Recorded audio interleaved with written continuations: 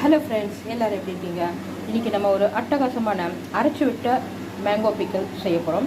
இது வரைக்கும் நான் செஞ்ச மேங்கோ பிக்கல் எல்லாமே ரெடிமேடாக தான் செஞ்சுருக்கேன். அதாவது நம்ம வீட்டில் அரைச்ச டைரெக்டாக அந்த மிளகாத்தூள், மஞ்சள்தூள் அதெல்லாம் போட்டு தான் செஞ்சுருக்கேன். பட் இப்போ இது எல்லாமே நம்ம வதக்கி அரைச்சி பவுடர் பண்ணி இந்த பிக்கலில் இந்த மேங்கோவில் சேர்க்க போகிறோம். வாங்க எப்படி செய்யுதுன்னு பார்க்கலாம். ஃபஸ்ட்டு இந்த மேங்கோ நம்ம நல்லா தாளிச்சிக்கலாம். தாளிக்கிறதுன்றதை விட நல்லா வதக்கிக்கலாம். சரிங்களா? தண்ணி ஊற்றாமல் வதக்கணும். தண்ணி ஊற்றிட்டிங்க அப்படின்னா ரொம்ப நாளைக்கு இருக்காது, கெட்டு போயிடும். ஸோ தண்ணி ஊற்றாமல் எண்ணெய் ஊற்றியே வதக்கணும். வாங்க எப்படி செய்யுதுன்னு பார்க்கலாம். பாருங்கள் ஃப்ரெண்ட்ஸ், கடாயில் எண்ணெய் ஊற்றி கடுகு போட்டு தாளிச்சிருக்கேன். இப்போ அந்த கடுகு நல்லா பொரிஞ்சு வந்த உடனே எடுத்து வச்ச கட் பண்ணி வச்ச அந்த மேங்கோவை நம்ம சேர்த்துடலாம். இந்த பக்கம் இந்த கடுகு வெந்தயம் இருக்குது இல்லையா, இது ரெண்டுத்தையும் நல்லா வதக்க போகிறேன். அதை வதக்கிட்டு அந்த சூட்டுலேயே, இந்த பாத்திரத்தோட சூட்லேயே இந்த எடுத்து வச்சுருக்க இந்த காஞ்ச மிளகா நம்ம வதக்கிடலாம். சரிங்களா? ட்ரையாக தான், எண்ணெய் ஊற்றல, ட்ரையாக தான் வதக்குறேன்.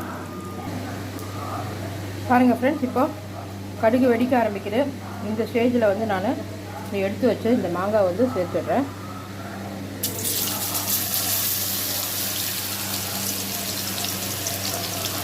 இந்த மாங்காய் வேகத்துக்கு தேவையான கல் உப்பு இப்பயே சேர்த்துருங்க. எப்போ தான் மாங்காயிலேருந்து விடுற தண்ணியில் அந்த கல் உப்பு கரையும். லாஸ்ட் மினிட்டில் சேர்த்தா கல் உப்பு கரையாது. சரிங்களா? ஸோ இப்போ நான் சேர்த்துட்டேன்.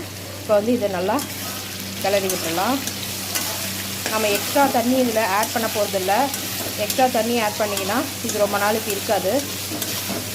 இப்போ நான் சொல்கிற இந்த அளவு பார்த்திங்கன்னா எங்கள் வீட்டில் ஒரு வாரம் தான் இருக்கும். ஒரு வாரத்தில் நாங்கள் எல்லாருமே சாப்பிட்டு முடிச்சுருவோம். சரிங்களா?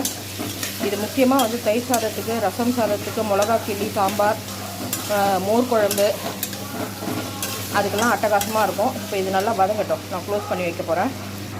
பாருங்கள் ஃப்ரெண்ட்ஸ், இப்போ இந்த மாங்காய் தயாராகிட்டுருக்கு. இந்த ஸ்டேஜில் நான் கொஞ்சமாக இந்த ப்ரௌன் சுகர் ஆட் பண்ணுறேன். இது எதுக்குன்னு கேட்டிங்கன்னா, அந்த டேங்கி டேஸ்ட்டு, அந்த காரத்துக்கு இந்த டேஸ்ட் சூப்பராக இருக்கும். லைட்டாக, சரிங்களா? இன்ட்ரெஸ்ட்டாக இருக்கும் சாப்பிட்றதுக்கு. அதுக்காக தான்.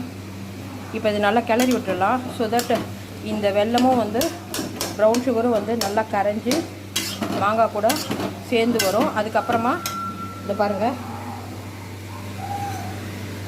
எடுத்து வச்சுருக்கேன். இதை நல்லா பொடி பண்ணிவிட்டு இதில் சேர்க்க வேண்டியது தான். பாருங்கள் ஃப்ரெண்ட்ஸ், இப்போ அந்த வெல்லம் நல்லா சேர்ந்துருச்சு. இந்த ஸ்டேஜில் இதை அரைச்சி வச்சுருக்கேன் இந்த பொடி இருக்கு இல்லையா, அதை நான் நல்லா ஆட் பண்ணிடுறேன். ஆட் பண்ணி இதையும் நல்லா கலந்து விட்டுடலாம்.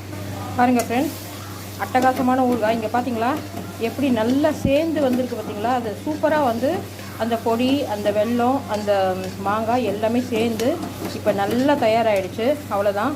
இப்போ நீங்கள் சைட் டிஷ்ஷாக எடுத்து எதுக்கு வேணாலும் நீங்கள் வச்சு சாப்பிட்லாம்.